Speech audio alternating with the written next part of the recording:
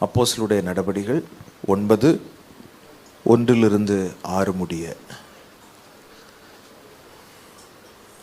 சேர்ந்து வாசிக்கலாமா? சரி.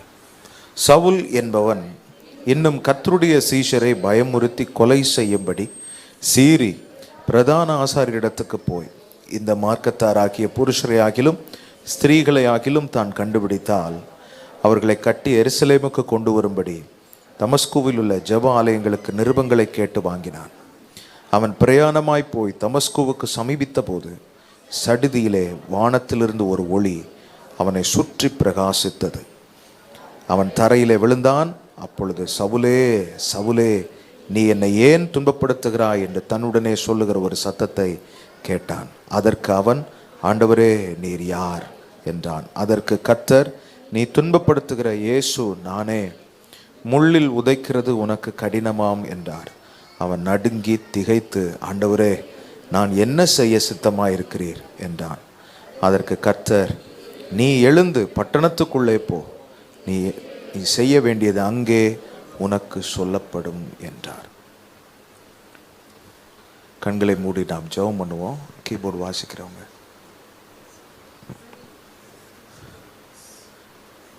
ஆமென். ஹல்லேலூயா. எல்லாவற்றையும் எல்லாவற்றாலும் நிரப்புகிறவரே, நாங்கள் உம்மை ஸ்தோத்திரிக்கிறோம். F F F. ஹல்லேலூயா.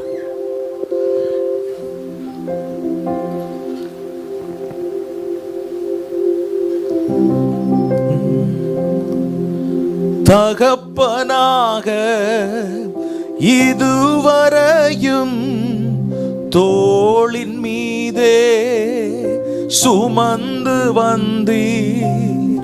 தகப்பனாக இதுவரையும் தோளின் மீதே சுமந்து வந்தீர். தந்தையே, உம்தயவா தாண்டினேன் வனாந்தீரத்தை. என் தந்தையே, உம்தயவால் தாண்டினேன் வனாந்தீரத்தை.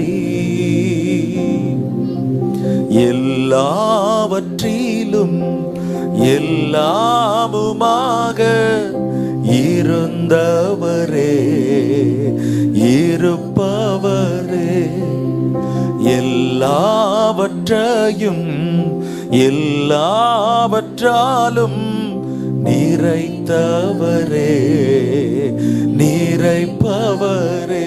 எல்லாவற்றிலும் எல்லாவற்றிலும் எல்லாமுமாக இருந்தவரே, இருப்பவரே, எல்லாவற்றையும் எல்லாவற்றாலும் நிறைத்தவரே, நிறைப்பவரே.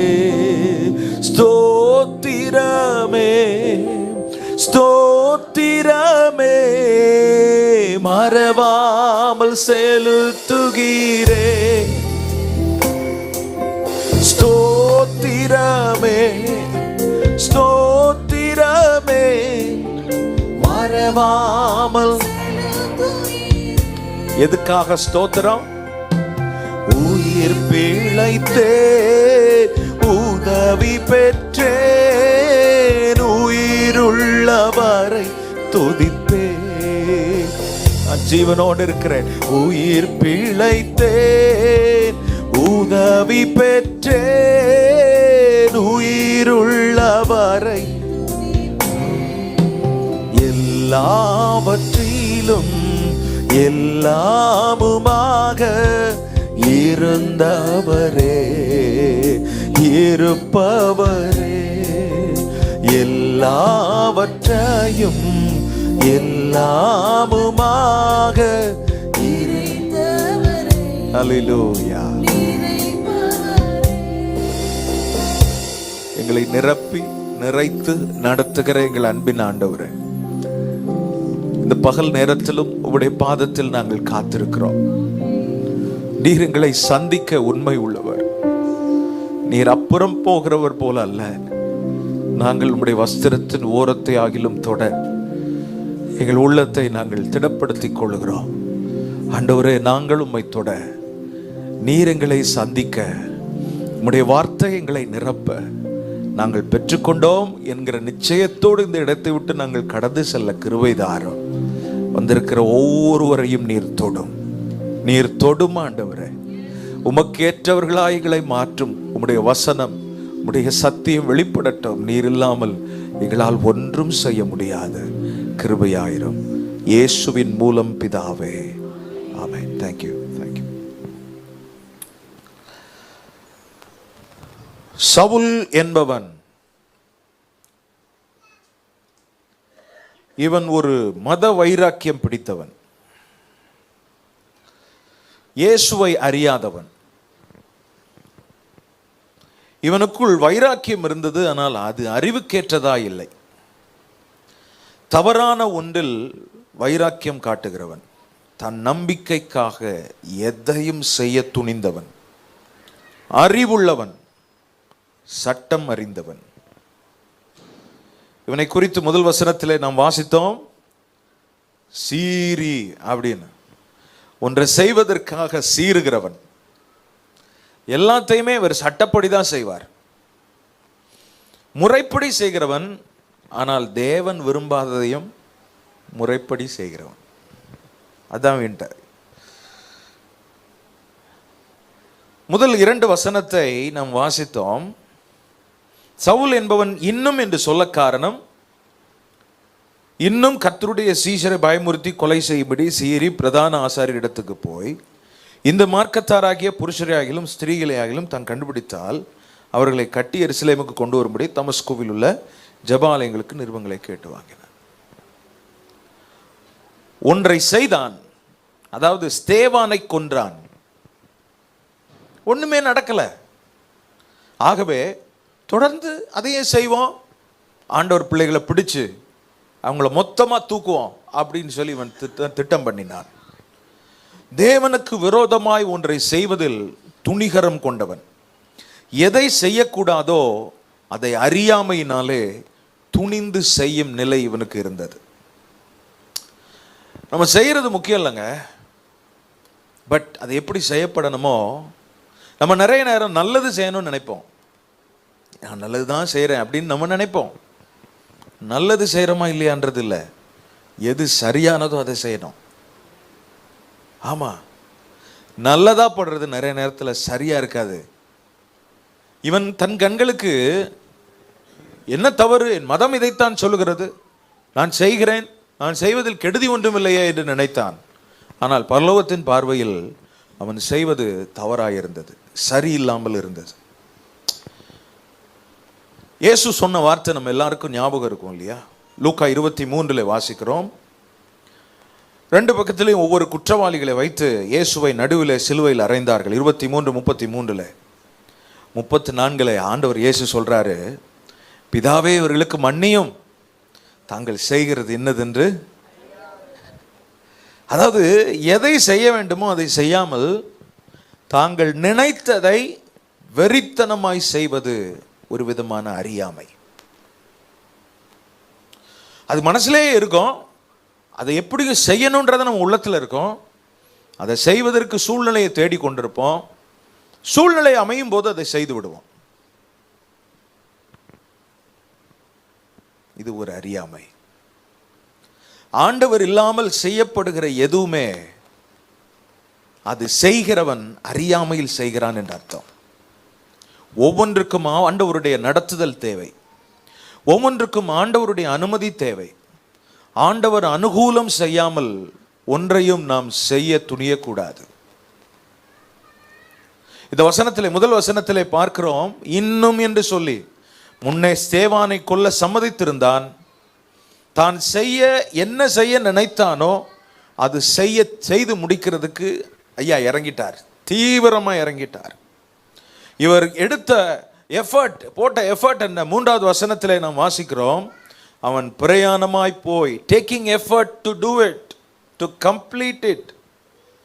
அவன் சிரத்தை எடுத்து தான் திட்டம் பண்ணினான். தன் கையில் அரெஸ்ட் வாரண்ட் இருந்தது, ஆசாரியர்களுடைய கையெழுத்துக்கள் இருந்தது. ஸோ இந்த இயேசுநாதரை பின்பற்றுகிற எல்லாரையும் சட்டத்துக்கு முன்பாக நிறுத்தி அவர்களை கொல்ல வேண்டும் என்பது சவுலின் திட்டம். இவன் பிரயாணமாய் கிளம்பி விட்டான். ஆனால் தமஸ்குவுக்கு சமீபித்த போது, when he was about to reach that place, இங்க இருந்து தான் நாம் கற்றுக்கொள்ள வேண்டியது இருக்கிறது. ஒன்றை செய்வதற்கு முன்பு நமக்கு என்ன தேவை? தேவன் நம்மிடத்தில் எதிர்பார்க்கிற மனநிலை என்ன? செய்யறதுன்னா,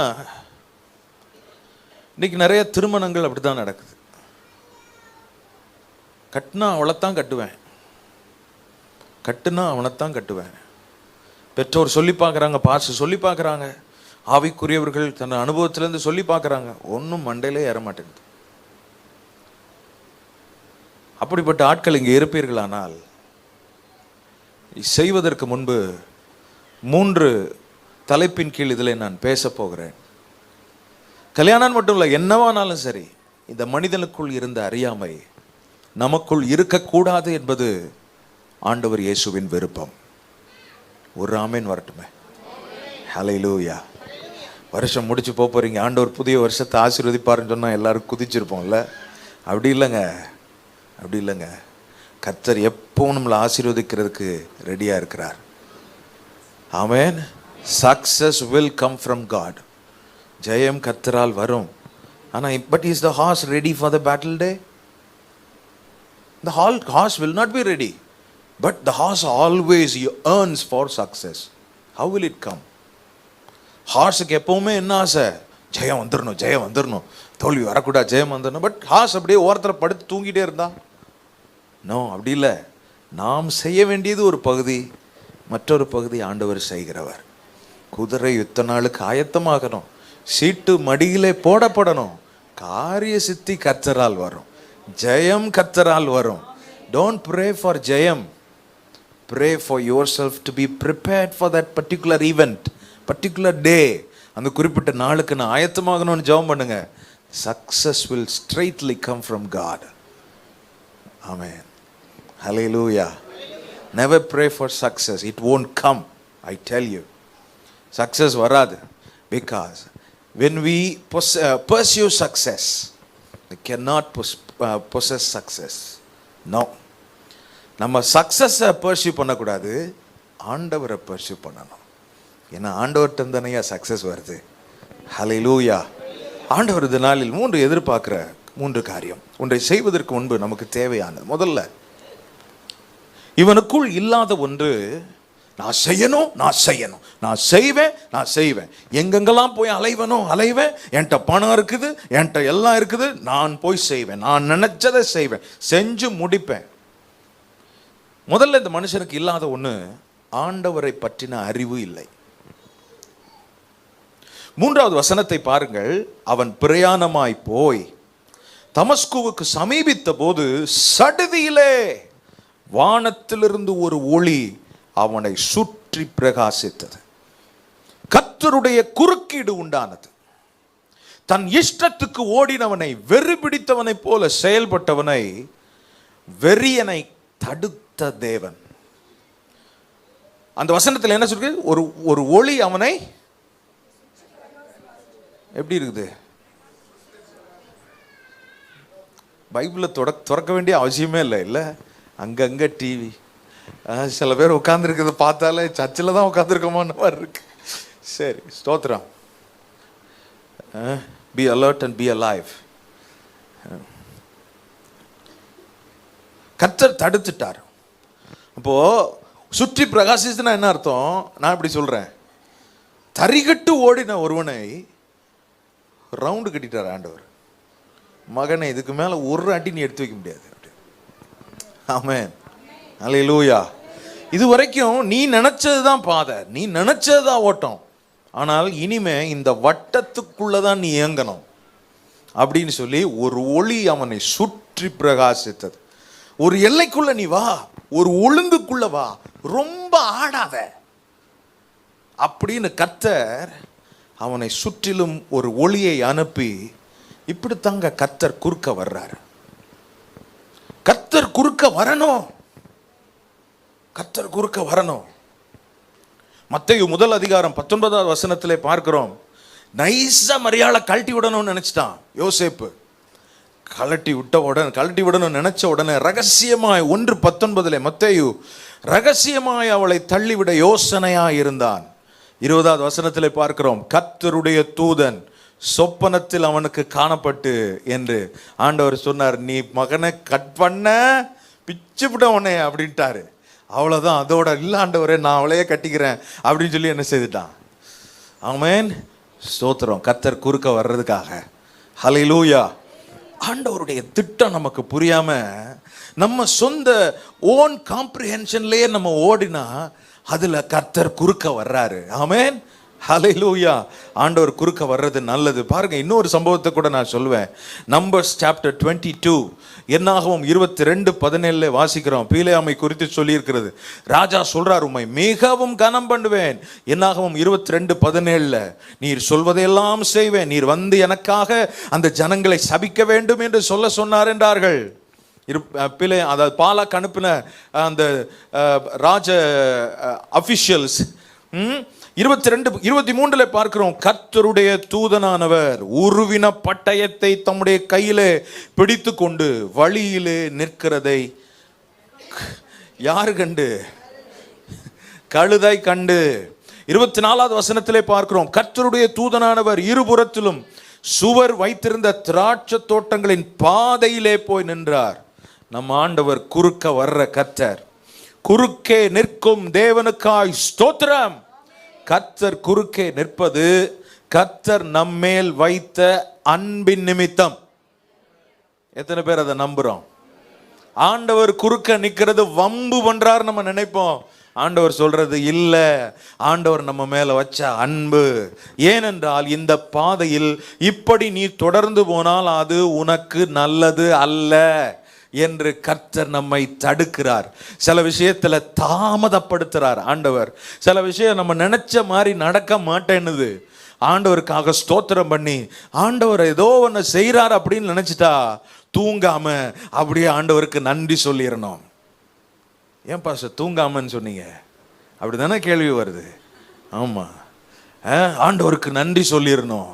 ஹல்லேலூயா, ஹல்லேலூயா. ஆண்டவர் சில விஷயத்தை தடுக்கிறார். ஆண்டவர்கிட்ட ஜெபம் பண்ண, ஆண்டவரே உமக்கு சித்தமில்லாத என் வாழ்க்கையிலேருந்து தடுத்து போடுங்க கர்த்தாவே, நீர் குறுக்க. பாருங்க, இந்த சவுலுக்கு வருவான், வீராதி வீரன், சூராதி சூரன். கர்த்தர் அனுப்பின ஒரு வெளிச்சத்தை அவனால் தாங்க முடியாமல் கீழே விழுந்து கிடக்கிறான். இவ்வளவுதாங்க நம்ம வீரம். பெரிய பாடி பில்டிங் பண்ணி ஐம் ஸ்ட்ராங், ரொம்ப டயட்டரி அந்த டாக்டரின்ஸ் எல்லாம் ஃபாலோ பண்ணி ஸ்ட்ராங். நான் சொல்வேன், ஒரு 3 டைம் டயரியா போயிடுச்சுன்னா முடிஞ்சு கதை. அப்பா பார்க்கலாம், எல்லாம் பைசப்ஸ் எல்லாம் பார்க்கும்போது பயங்கரமா இருக்கு. ஆனா யாராவது ஒருத்தர் வந்து என்ன செய்யுங்க, இவ்வளவுதான் நம்ம வீரம். அதனால ரொம்ப அரகண்டா இருக்கக்கூடாது. அப்படியே பிடிச்ச பிடியில் அப்படியே நிற்பாரு. ஒரு அப்படியே போய் தாங்கணும். ஐயா ஐயா ஐயா ஐயா ஐயான்னு தாங்கணும். சில பேர் அப்படி இறங்கி வர்றதே இல்லை. கர்த்தருடைய பிள்ளைகள் அப்படி இருக்கக்கூடாது. பிடிச்ச பிடிவாதத்தில் அப்படியே இருக்கிறது. தான் நினைச்சதான் குடும்பத்தில் நடக்கணும் அப்படி இல்லை. அது ஆணா இருந்தாலும் சரி, பெண்ணா இருந்தாலும் சரி. நானும் சில பேரை பார்த்துட்டேன். ஆரம்பத்தில் பிடியோடு இருந்தவர்கள் ஒரு கட்டத்தில் அவா அப்படின்ற அளவுக்கு ஆயிடுறாங்க. எனக்காக ஜெபம் பண்ணுவியா? இந்த தாழ்மை அப்போவே வந்துருந்துக்கலாமே. சில பேர் ஐசியூவில் அனுப்பித்தான் ஆண்டவர் உருக்க வேண்டியதாக இருக்கு.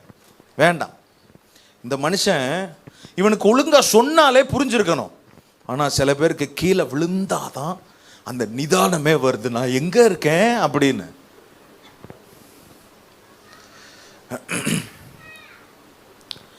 அவன் தரையிலே விழுந்தான். 4வது வசனத்தில் ஆண்டவர் அவனை கீழே தள்ளல, அவன் தான் கீழே விழுந்தான்.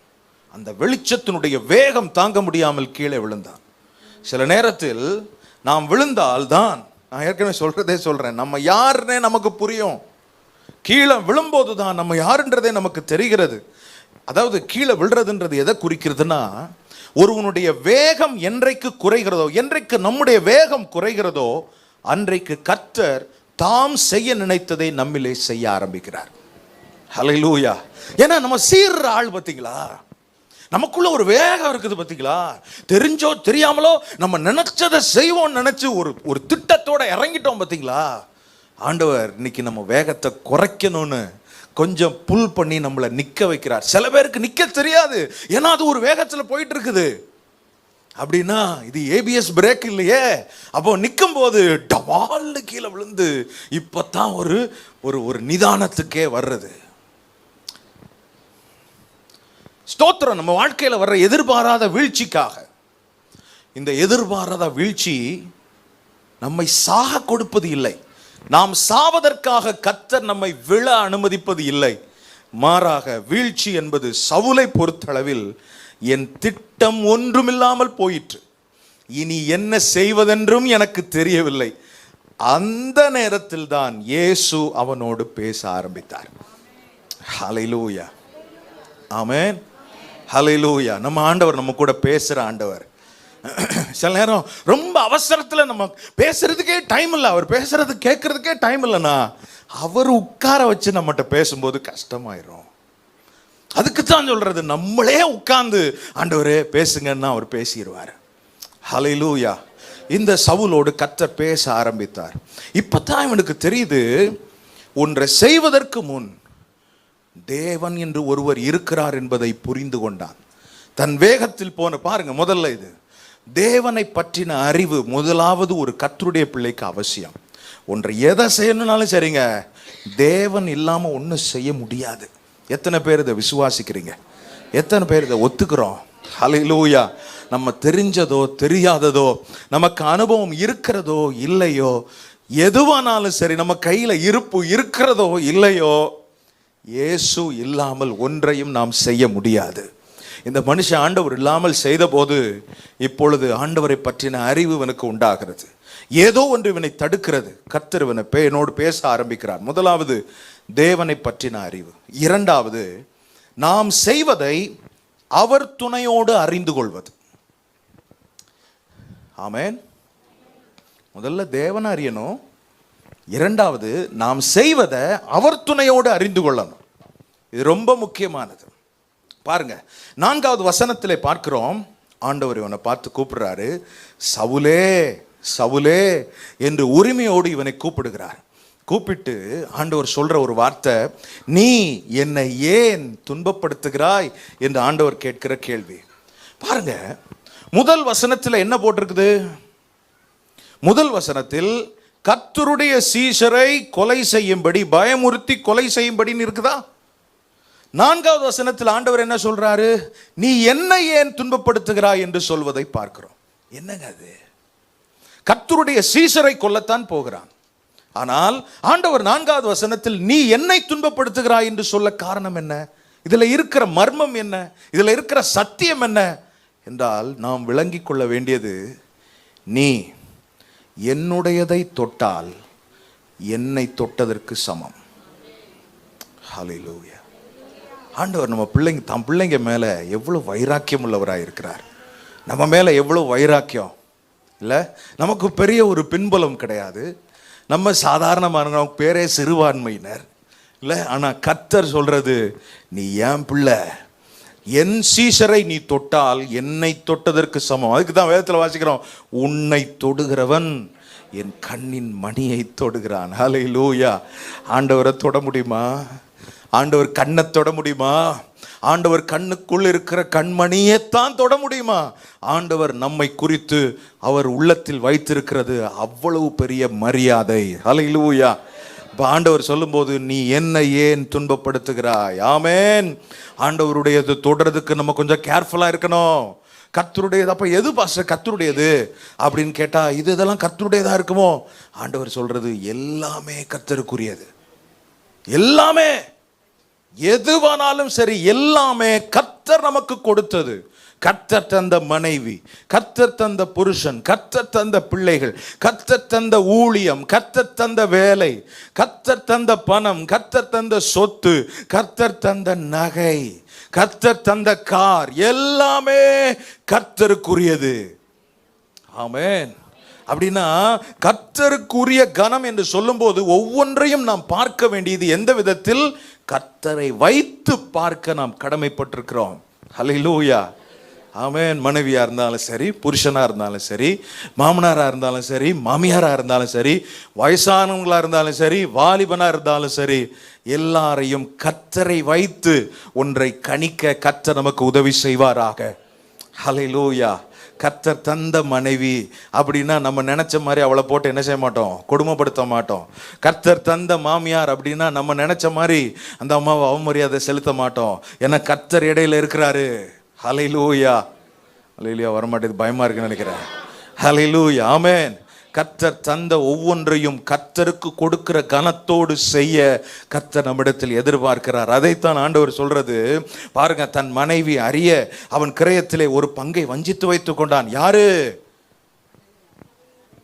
பிரதர் அனனியாஸ், சப்பீராள் சிஸ்டர், ரெண்டு பேரும் பிரதரும் சிஸ்டரும் சேர்ந்து ஒருத்தர் தெரியாமலே அப்போஸ்தலருடைய பாதத்திலே கொண்டு வந்து வைக்கிறாங்க. Praise Lord pastor, praise Lord sister அப்படின்னு சொல்லி 3வது வசனத்திலே பார்க்கிறோம். பேதுரு அவனை நோக்கி, அனனியாவே, நிலத்தின் கிரயத்தில், அப்போஸ்தலர் 5 இருக்கிறது, நிலத்தின் கிரயத்தில் ஒரு பங்கை வஞ்சித்து வைத்து பரிசுத்த ஆவியினிடத்தில், யாரிடத்தில்?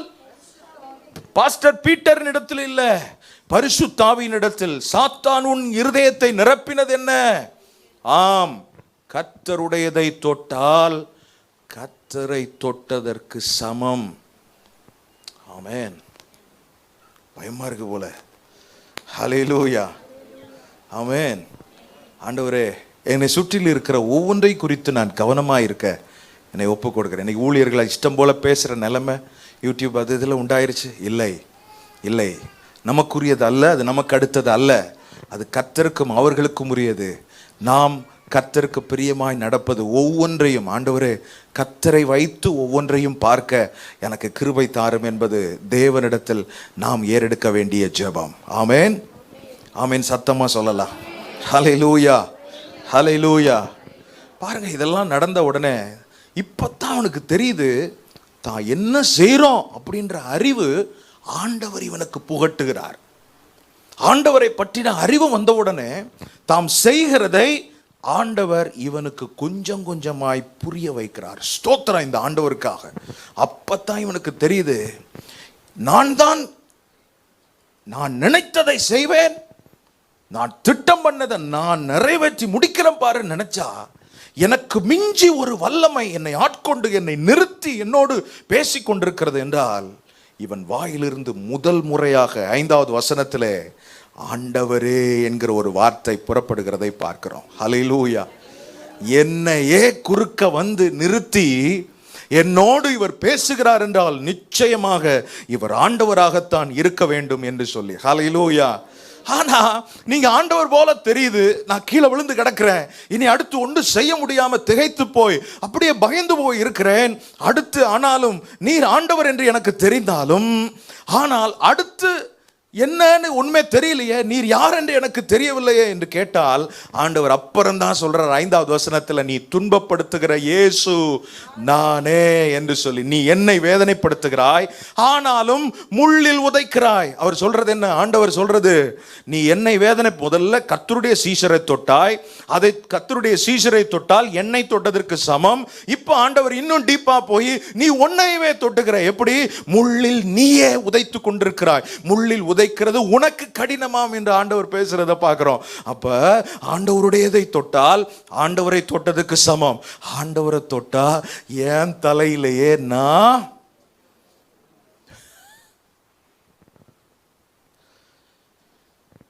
நீ செய்வது உன்னை பிரியப்படுத்துகிறது, ஆனால் அது ஆண்டவரை துன்பப்படுத்துகிறது. முடிவில் அது உனக்கு துன்பமாய் முடிகிறது. நான் உன்னை நேசிக்கும் கர்த்தர், உனக்கு நீயே பாதிப்புண்டாக்க நான் விரும்பவில்லை.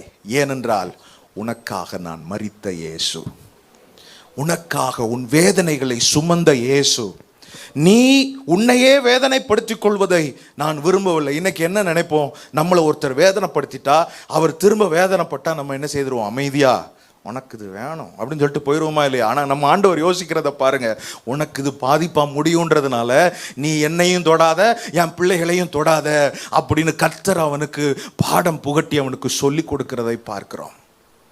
ஹல்லேலூயா, ஹல்லேலூயா, ஆமென். கர்த்தர் இன்றைக்கு நாம் செய்வதை குறித்த ஒரு தெளிவை தேவன் நமக்கு தருவாராக. முதல்ல என்ன பார்த்தோம், தேவனை பற்றின அறிவு.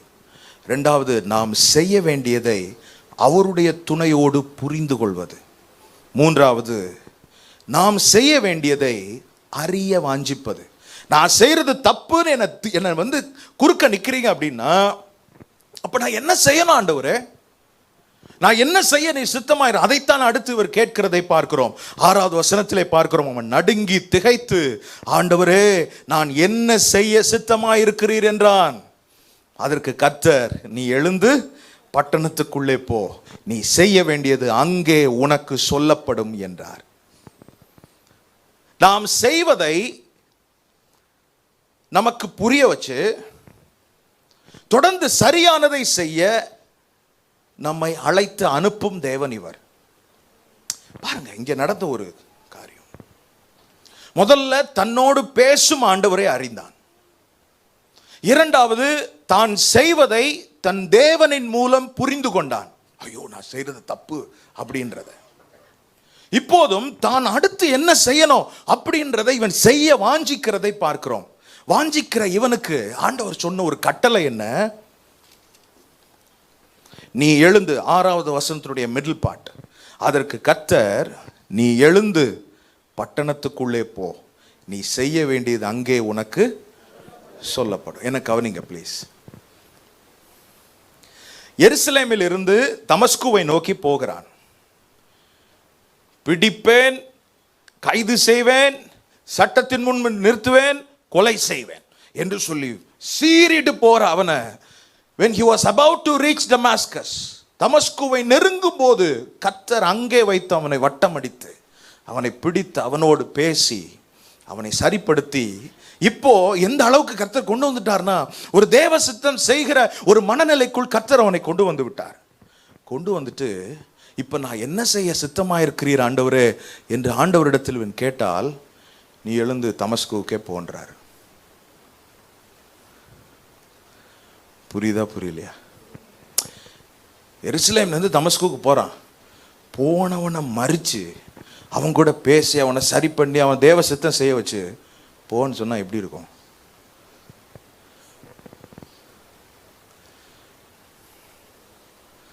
இங்க பேசினதை அங்க போய் சேர்ந்தவனே பேசியிருக்கலாம்ல. ஒன்று நாம் கற்றுக்கொள்ளணும், எருசலேமில் இருந்து தமஸ்குவுக்கு போவதுதான் ஆண்டவருடைய திட்டம். ஆமென். ஒரு ஆமென் ஸ்ட்ராங்கா வந்தது, அதுக்காக ஸ்தோத்திரம். ஆமாங்க, எருசலேமில் இருந்து தமஸ்குவுக்கு போவது ஆண்டவருடைய திட்டம். ஆனால் நீ சீறிக்கிட்டு போவேன், அங்க போய் அவங்களெல்லாம் எங்கெங்கெல்லாம் ஒளிஞ்சிருக்காங்களோ, எங்கெங்கெல்லாம் பிரேயர் செல் நடக்குதோ அங்கெல்லாம் போய் எல்லாரையும் தட்டி தூக்குவேன் நினைச்ச பத்தியா? அந்த ஆட்டிடியூட் உனக்கு இருக்கக்கூடாது. So when you do something, your attitude matters the most. நம்ம ஒன்ன செய்யறதுக்கு முன்னாடி நம்ம மனநிலை எப்படி இருக்கிறது என்பதை கர்த்தர் கவனிக்கிறார். இவன் எருசலேமில் இருந்து தமஸ்குவுக்கு போவது தேவனுடைய திட்டம்.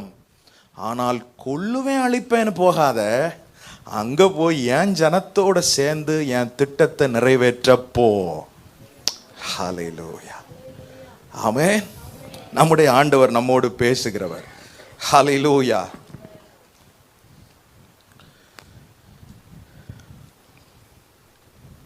இப்போ ஒன்று செய்யறதுக்கு முன்னாடி நம்ம மனநிலை எப்படி இருக்குது?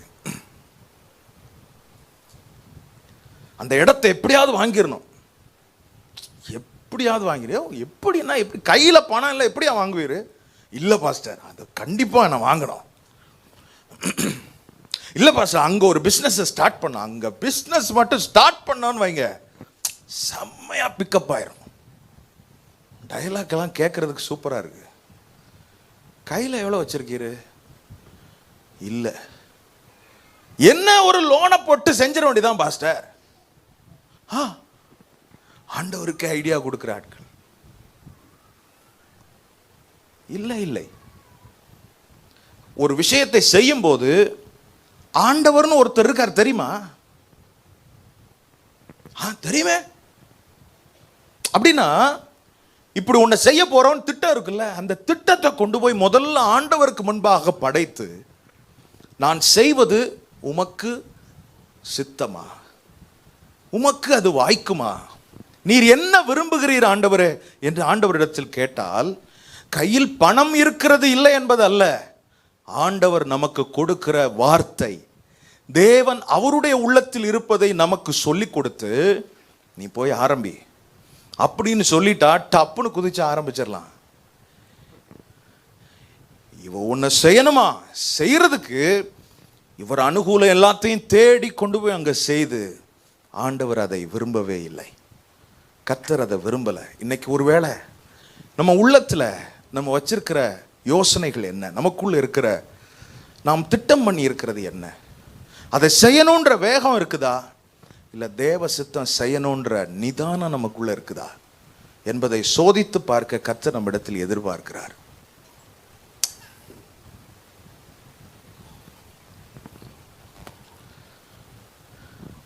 எருசலேமில் இருந்து தமஸ்குவுக்கு போவது ஆண்டவருடைய திட்டம். ஆனால் உனக்குள் நீ அங்கு போய் செய்வதற்கு தேவையான உள்ளான மாற்றம் உனக்கு அவசியப்பட்டபடியால் நான் உன்னை சந்தித்து தமஸ்குவுக்கே உன்னை போக அனுமதிப்பதற்கு முன்பாக உன் உள்ளத்தை மாற்றி நான் உன்னை அனுப்பின கர்த்தர், உன்னை அனுப்புகிற கர்த்தர். ஹல்லேலூயா. கல்யாணம் பண்ணு, ஆனா தேவ சித்தத்தின்படி பண்ணு. நீ நினைச்சதை போய் கட்டிட்டு மாட்டிக்காத. இன்னைக்கு அதைத்தான் கட்டுவேன்னு நினைக்கலாம். இன்னைக்கு எல்லாம் நினைக்கிறது என்ன, திருமண நாளை நினைக்கிறது உண்டு, திருமண வாழ்க்கையை பத்தி கவலைப்படுறது இல்லை. அவ கையத்தான் பிடிக்கணும், அவன் கையத்தான் பிடிக்கணும், பிடிச்சிக்க. அதுக்கப்புறம் வாழ போறது யாரு? திருமண நாள் இல்லைங்க முக்கியம்.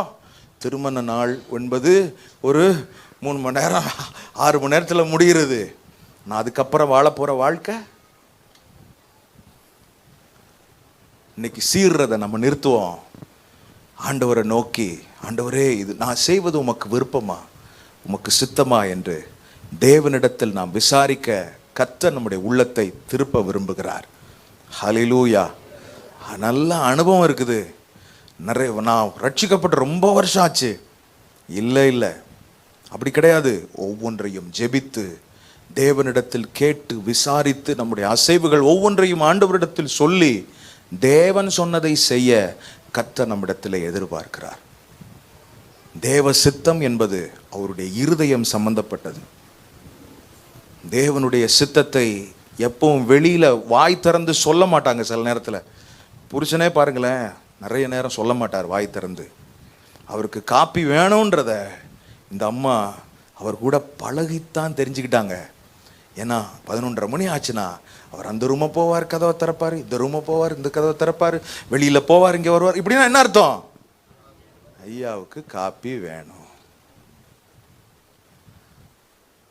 அம்மா அப்படியே ஒரு மாதிரி முகத்தை தூக்கி வச்சுக்கிட்டு இருக்குது அப்படின்னு சொன்னா ஐயா அதெல்லாம் மறந்துடுவாரு. ஐயா அம்மா ஒரு மாதிரி முகத்தை தூக்கி வச்சுட்டே இருக்குது, ஒரு மாதிரி சீனுக்கே வரமாட்டேங்குது, முன்னாடி வந்து முகத்துக்கு முகம் பார்க்க மாட்டேங்குதுன்னா என்ன அர்த்தம்? ஏதோ ஒன்று உள்ள வேலை செஞ்சிருச்சுன்னு அர்த்தம். இதை எப்படி கண்டுபிடிக்கிறோம்? உறவினாலே கண்டுபிடிக்கிறோம். தேவ சித்தம்ன்றது உறவுல வர்றது, உறவுல வர்றதுங்க. ஒரு ஆளுடைய இருதயத்தை எப்படி கண்டுகொள்ள முடியும்? உறவினாலே, தேவனோடு இருக்கிற உறவினாலே தேவ சித்தத்தை செய்ய முடியும். இன்றைக்கு தேவ சித்தம் என்ன தெரியல பாஸ்டர், உறவை சீர்படுத்துங்க, தேவனோடு ஜெபம் பண்ண ஆரம்பிங்க, தேவனோடு நடக்க ஆரம்பியுங்கள். தேவனுக்கும் நமக்கும் இருக்கிற அந்த நெருக்கம் நம்முடைய நடையிலே தெரிந்துவிடும். தேவ சித்தத்தை அறிந்து தேவனுக்கேற்றதை நாம் நிறைவேற்றத்தான் கர்த்தர் நம்ம இந்த உலகத்தில் டிப்ளாய் பண்ணி இருக்கிறார். ஹல்லேலூயா, ஆமென். தேவ சித்தத்தை அறிந்து செயல்பட கர்த்தர் நமக்கு சித்தம், தேவனுடைய இருதயம் சம்பந்தப்பட்டது. பாருங்க, இந்த பவுல், இந்த சவுல் பவுலா மாறினான்னு சொல்றதெல்லாம் அப்படிலாம் கிடையாது. சவுல் பவுலாலாம் மாறல, நேம்ல தான் சேஞ்ச் நடந்தது. சவுல் என்பதை ரட்சிக்கப்படுவதற்கு முன்பாகவும் பவுல் என்பதை ரட்சிக்கப்பட்டதற்கு பின்பாகவும் சித்தரிப்பது தவறானது, அப்படி அல்ல. அப்ப இந்த சவுல் எதுக்காக கர்த்தர் இவன் உள்ளத்தை மாற்றணும் அப்படின்னா, என்றைக்கு தேவ சித்தத்தை செய்ய தன் வாழ்க்கையை ஒப்பு கொடுத்தானோ கர்த்தர் இவன் வாழ்க்கையை பயன்படுத்த ஆரம்பித்தார். பாருங்க, இவன் தேவ சித்தத்தை செய்வேன் என்று தன்னை ஒப்பு கொடுத்த போது அடுத்து இவனை பற்றி சொல்லப்பட்டிருக்கிறது. அனனியாவினிடத்தில் இவனை குறித்து ஆண்டவர் இன்ட்ரோடியூஸ் பண்ணுகிறார். எப்படி? சவுல் இப்பொழுது ஜெபம் பண்ணுகிறான். தேவ சித்தத்தை பற்றின அறிவு நிறைய பேருக்கு இருக்குது. இப்படி செய்யணும், இப்படி செய்யக்கூடாதுன்னு தெரியுது. ஆனா என்றைக்கு ஒருவன் தேவ சித்தத்தை செயலில் காண்பிக்கிறவனா இருக்கிறானோ அவனைத்தான் கர்த்தர் தேடுகிறார். தேவ சித்தத்தை பற்றின அறிவு நமக்கு உண்டு, வேத அறிவு உண்டு. ஆனால் இந்த அறிவு வெறும் அறிவிலே இருந்து விடாமல் அது அனுபவமாய் மாற வேண்டும் என்பது தேவனுடைய விருப்பம். அது செயலாய் மாற வேண்டும் என்பது எப்படி? இதே சவுலை கர்த்தர் பயன்படுத்தி அவன் செயல்பட்டு அவனில் இருந்து 12க்கும் மேற்பட்ட நிருபங்கள் வெளியே வர கர்த்தர் இந்த சவுலை ஆசீர்வதித்தார். ஹல்லேலூயா. என்றைக்கு நாம் தேவ சித்தத்துக்கு நம்மை ஒப்பு கொடுக்கிறோமோ நம்மில் இருந்து தேவன் பயன்படுத்தும் கிருபை வெளியே வந்து அநேகருக்கு ஆசீர்வாதமாய் மாறும். கர்த்தர் என்ன ஊழியத்துக்கு அழைக்கிறது போல இருக்குது பாஸ்டர் அப்படின்ற ஒரு எண்ணம் உங்களுக்கு இருக்கலாம். இந்த எண்ணத்தோட எவ்வளவு நாள் வாழ்ந்துகிட்டு இருப்பீங்க? அதை ஜெபத்திலே கொண்டு வந்து உறுதிப்படுத்தி அதை செயலாக்க கர்த்தர் உங்ககிட்ட எதிர்பார்க்கிறார். அது என்னவானாலும் சரி. என்ன ஊழியம் ஊழியம் ஊழியம் ஊழியம் செய்யணும் போல இருக்கு, ஆசையா இருக்கு, வாஞ்சையா இருக்கு. ஆமா பாஸ்டர், அந்த பேர்டன் இருக்குது எனக்கு. பேர்டன் எத்தனை வருஷத்துக்கு இப்படியே இருக்கும்? எத்தனை டிகேட்ஸ் அப்படி இருக்கும்? இல்லை, அடுத்து இவன் ஜெபம் பண்ணினான் என்று சொல்லி இருக்கிறதே. ஜெபித்து எதை தேவ சித்தம் என்று அறிகிறோமோ அதற்காக திரும்பவும் ஜெபம் பண்ணி அதை செயலாக்க கர்த்தர் கிருபை தருவாராக. ஹல்லேலூயா, ஆமென். ஆண்டவரே, தேவ சித்தம் என்பது ஒரு ஐடியா. இந்த ஐடியாவை ஆண்டவரே நாங்கள் ஜெபத்துக்குள் கொண்டு வந்து அதை செயல் வடிவில் கொண்டு வர கர்த்தர் எங்களுக்கு வரும் வருஷத்தில் கிருபையாய் நீர் அதை செய்யணும். எங்களை பலப்படுத்துங்க, ஜெபம் பண்ணுங்க. நீங்கள் தனித்து செய்கிற ஒன்றா இருக்கலாம், குடும்பமாய் தேவ சித்தத்தை செய்கிறதா இருக்கலாம், சபையோடு இணைந்து ஆண்டவரே நீர் எங்களுக்கு தந்த அந்த குறிப்பிட்ட விஷயத்தை செய்து முடிக்க எங்களை பலப்படுத்தும் என்று கேட்டால், இந்த வருஷத்தில் செய்யாததை வரும் வருஷத்தில் நீங்கள் தனிப்பட்ட ரீதியிலோ குடும்பமாகவோ செய்வதற்கு கர்த்தர் உங்களை பலப்படுத்தி கிருபை தந்து பயன்படுத்துவாராக. ஆமென், ஆமென், ஆமென். ஹல்லேலூயா. தேவ சித்தத்தை செய்வதில் இயேசுவை போல ஒருவரும் இல்லை. ஹல்லேலூயா. இயேசுவுக்கு தெரிந்தது இதுதான் தேவ சித்தம் அப்படின்னு சொல்லி, இந்த பாத்திரம் என்னை விட்டு நீங்க கூடுமானால் நீங்கட்டும் என்று சொல்லி. ஆனா அந்த பாத்திரம் என்ன செய்யல? அவரை கடந்து போகவே மாட்டேங்குது. அந்த பாத்திரம் அப்படியே நிக்குது. அப்போ அவருக்கு தெரிஞ்சிருச்சு, பிதா இந்த பாத்திரத்தில் பானம் பண்ணுவதை தவிர என்னிடத்தில் வேறு ஒன்றையும் எதிர்பார்க்கவில்லை என்ற போது யோவான்ல ஒரு வசனம் எனக்கு ரொம்ப பிடித்த வசனம், யோவான் 19:17 என்று நினைக்கிறேன். யோவான் 19:17. எப்படி? ஒருத்தர் வாசிங்கம்மா சத்தமா யாராவது. அவர் தம்முடைய சிலுவையை சுமந்து கொண்டு, எபிரேய பாஷையிலே எப்படி? இந்த வசனத்தை பாருங்களேன், திரையில போடுறாங்க. அவர் தம்முடைய சூட்கேஸை சுமந்து கொண்டு எபிரேய பாஷையிலே கொல்கதா என்று சொல்லப்படும் கபாலஸ்தலம் என்கிற இடத்திற்கு புறப்பட்டு. கரெக்டா இருக்கா சூட்கேஸ் என்ற வார்த்தை?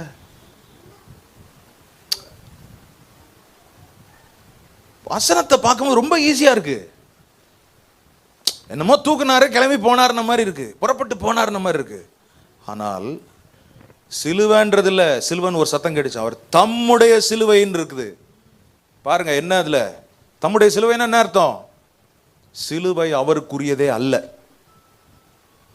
சிலுவைக்கும் அவருக்கும் சம்பந்தமே இல்லை. சிலுவை என்றால் குற்றவாளிகளை தண்டனைக்குட்படுத்துகிற ஒரு சின்னம். ஒரு முறை எருசலேமுக்குள் வரும்போது இந்த கொல்கதா மலையின் மேலே குற்றவாளிகள் தொங்க விடப்பட்டிருப்பார்கள். செத்து தொங்குவாங்க. அப்போ அவங்கள பார்த்துக்கிட்டே தான் வரணும். என்ன அர்த்தம்? நீயும் தப்பு பண்ணா இதுதான் அப்படின்றால். ஸோ இந்த சிலுவை என்பது இயேசுக்கு எதிரான ஒன்று.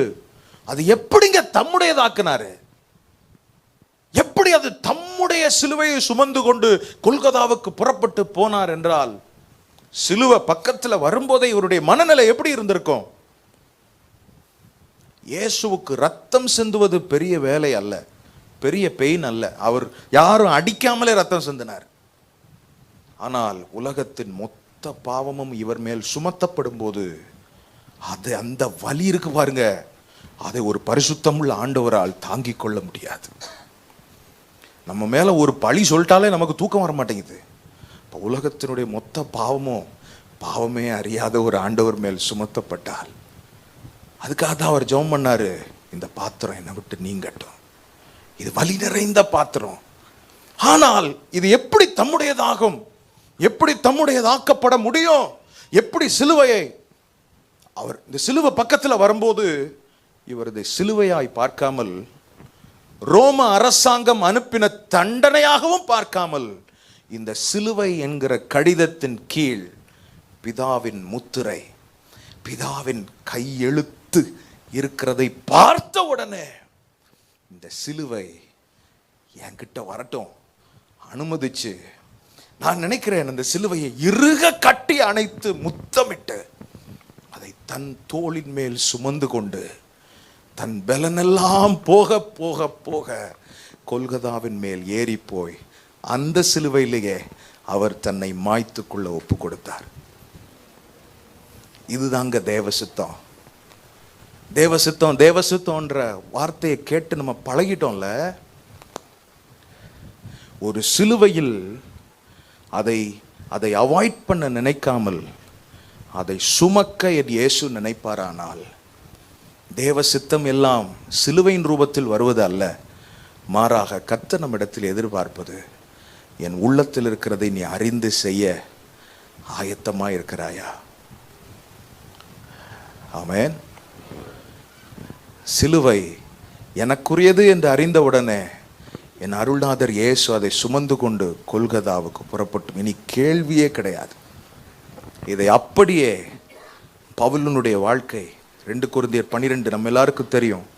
இந்த முள்ளு முள்ளு முள்ளு முள்ளுன்னா சாத்தானுடைய குட்டும் தூதன், சாத்தானுடைய தூதன் அப்படி இப்படின்னா, ஆனால் ஆண்டவர் ஒரு கிளாரிட்டியை கொடுத்தார். எப்பா, இந்த வலி நீங்க நீ 3 முறை ஜெபம் பண்ண, 3 times you have prayed over this pain to be removed from your life. ஏன் நீ ஜெபம் பண்ணி எத்தனை பேருக்கு ஹீலிங் நடந்திருக்கு?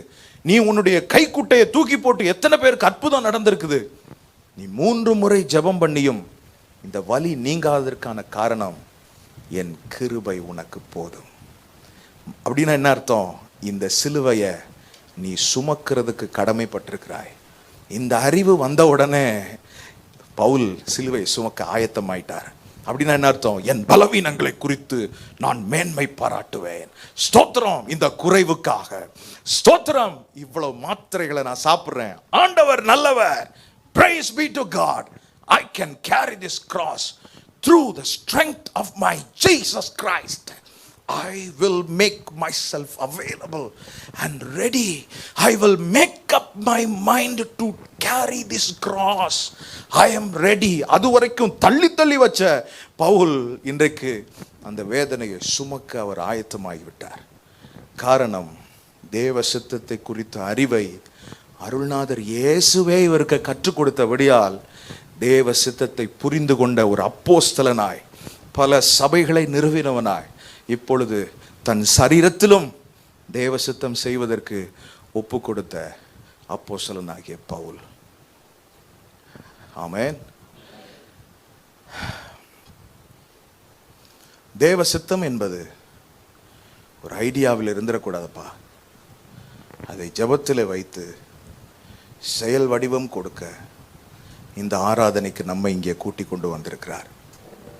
ஹல்லேலூயா. கடந்த முதல் ஆராதனையில் சொன்னதை நான் சொல்கிறேன்.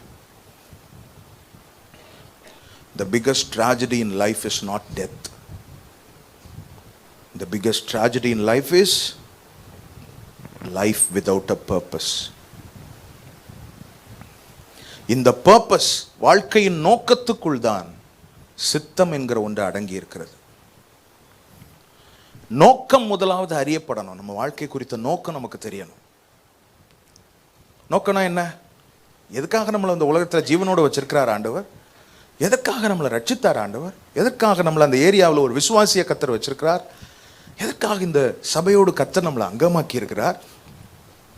ஏன்ற அந்த ஒரு கேள்வி வந்துட்டாலே நம்ம நோக்கம் அறியறதுக்கு பிரயாசப்படுறோம்னு அர்த்தம். இதைத்தான் சங்கீதக்காரன் 7ஆம் பள்ளத்தாக்கிலே கோலியாத்தை ஃபேஸ் பண்றதுக்கு முன்னாடி தன்னுடைய சகோதரன் அண்ணன் வந்து அவனை கடிந்து கொள்றான். ஏன்டா இங்க வந்த? ஆடுகளை யார் வசத்தில் விட்டு வந்த? அப்ப சொல்றாரு இவர், am I not here for a purpose? Because first of all we have to know the purpose of why God keep us here. God kept us to be alive in this world. இந்த உலகத்தில் கர்த்தர் ஏன் உயிரோட வச்சிருக்கிறார் அப்படின்ற நோக்கம் நமக்கு தெரியணும். நோக்கம் அறிந்த பின் தேவ சித்தம் என்ன? நோக்கம் என்பது பரந்த ஒரு நிலையை உடையது. சித்தம் என்பது குறிப்பாய் நான் செய்ய வேண்டியது என்ன என்பதை அறிந்து கொள்ள வேண்டிய ஒன்று.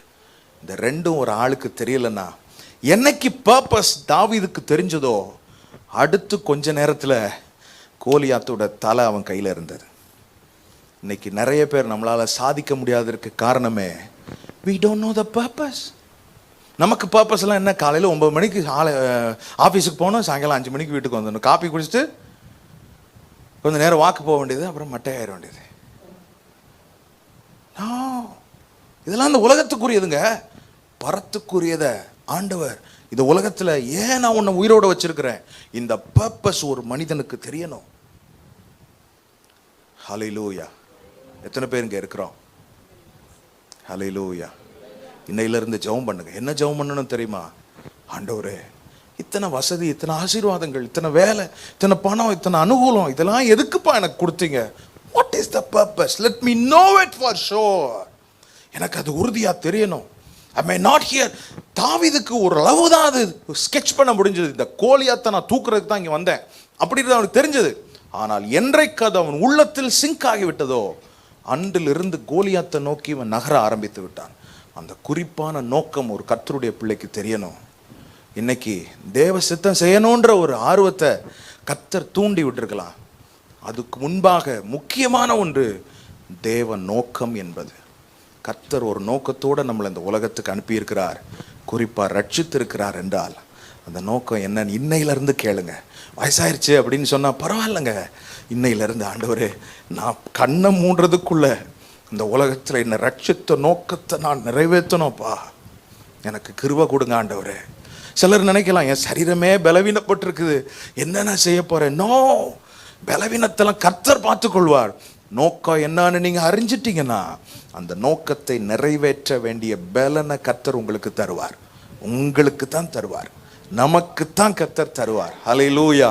தன் வாழ்க்கையை குறித்த நோக்கம் அறிந்து தேவ சித்தம் செய்ய ஆயத்தமான போது கர்த்தர் இவனை பயன்படுத்தி பல சபைகளை ஸ்தாபித்து அநேகருக்கு ஆசீர்வாதமாய் இந்த பவுலை தேவன் மாற்றினார்.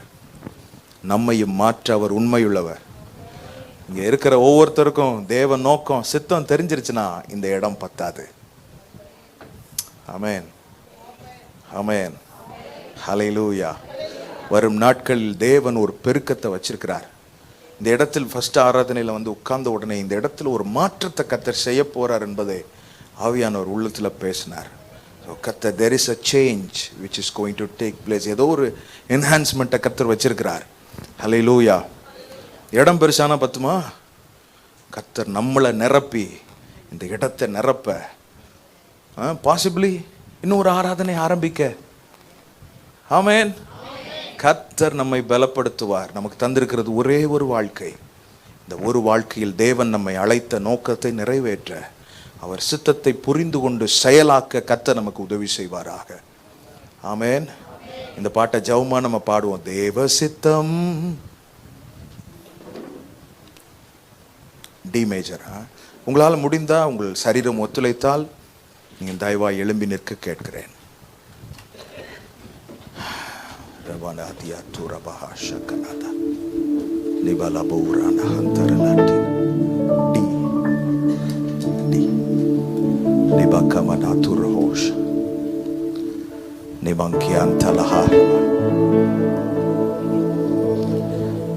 ஆண்டவர்ட்ட அப்படியே ஜெபம் பண்ண ஆரம்பிங்க. Let's start to pray. ஆண்டவர்ட்ட ஜெபம் பண்ணுங்க. உங்க மேல எனக்கு நேசம் இருக்குது ஆண்டவரே, உங்க மேல எனக்கு அன்பு இருக்குது. ஆனா இந்த அன்பையும் நேசத்தையும் எப்படி நான் செயலாக்குறதுன்னு எனக்கு தெரியல அப்படின்னு ஆண்டவர்ட்ட ஜெபம் பண்ண ஆரம்பிங்க. கர்த்தர் இங்கு வந்திருக்கிற நம்மோடு குறிப்பாக தேவன் பேசுகிறார். நான் என்ன செய்ய சித்தமா இருக்கிறேன்? நம்ம பிசினஸுக்கு கேட்போம், நம்மளை எஸ்டாப்ளிஷ் பண்றதுக்காக கேட்போம். இல்ல, தேவ நோக்கத்தை நிறைவேற்றுறதுக்கு ஆண்டவரே எனக்கு உதவி செய்யும். ஹல்லேலூயா. ஜெபமா பாடுவோமா? தேவ சித்தம் நிறைவேற என்னையும் ஒப்படைக்கிறே, தேவ சத்தம் என்னுள்ளம் பலமாக தோனிக்குவே, தேவ சித்தம் நிறைவேற என்னையும் ஒப்படைக்கிறேன். பாடுங்க எல்லாரும் சேர்ந்து, ஜெபமா பாடுவோம். என்னுள்ளம் பலமாக தோனிக்குதே, முட்களுக்குள் மலர்கின்றதோ மக்களை கவரும் லீலை புஷ்பம் போல், முட்களுக்குள் மலர்கின்றதோ கவரும் லீலை புஷ்பம் போல், என்னையுமே தம் சாயலாய் என்றென்றும் உருவாக்குவார். உங்க சித்தம் செய்யற ஆளா? என்னையுமே தம் சாயலாய் என்றென்றும் உருவாக்குவார். ஏசப்பா, தேவ சித்தம் நிறைவேற என்னையும். கர்த்தருடைய கரத்தில் ஒப்புக் கொடுங்க. நம்மளை தாழ்த்தி ஒப்புக் கொடுப்போம். நம்ம செய்யறதை நிறுத்திட்டு ஆண்டவர் முன்பாக நம்மை தாழ்த்தி, தேவ சித்தம் தேவ சித்தம் நிறைவேற என்னையும் ஒப்படைக்கிறேன், தேவ சத்தம் என்னுள்ளம் பலமாக. நானும் என் வீட்டாருமோ வென்றால் கர்த்தரையே சேவிப்போ. நீயும் சேவிப்பாயா? நீயும் சேவிப்பாயா? சித்தத்திலிருந்து வருவது சேவை. சேவிப்பாயா? கர்த்தரையே கர்த்தரையே சேவிப்பது ஆகாததென்று கண்டா. ஓ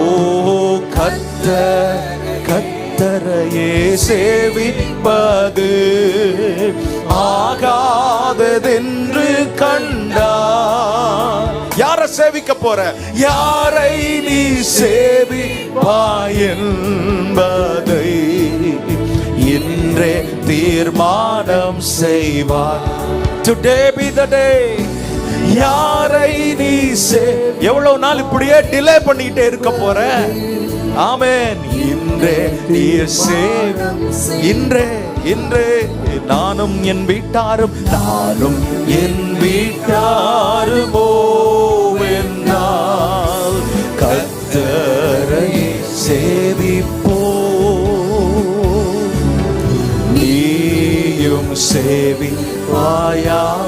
எல்லாரும் கண்ணை மூடி, நீயும் சேவிப்பாயா? நான் சேவிப்பேனேன்னு சொல்லுவீங்களா? நான் சேவிப்பேனே,